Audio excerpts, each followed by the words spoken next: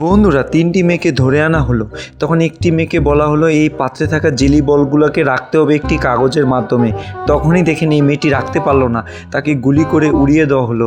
তখন সাথে সাথে আরেকটি মেয়েকে ডাকা হলো, সেও আসলো। সেও ভাবছে একটি আইডিয়া করে আমি কাজ করি, এটাকে এভাবে মুড়ির খাপের মতো নিয়ে নিই, কিন্তু হচ্ছে না, এটাও পড়ে গেল। তখন এই মেয়েটিকেও গুলি করে উড়ানোর চেষ্টা হলো, সে উড়ে গেল।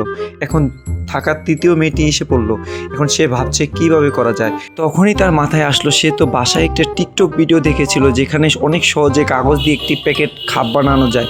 তখন তার মাথায় এই ব্রেনটি চলে আসলো, সে সাথে সাথে এটা দিয়ে কাজ শুরু করতে লেগে গেল। তখনই দেখুন ওইভাবে সে যেভাবে টিকটক ভিডিওটা দেখেছিল সেভাবে কাজ করা শুরু করে দিচ্ছে।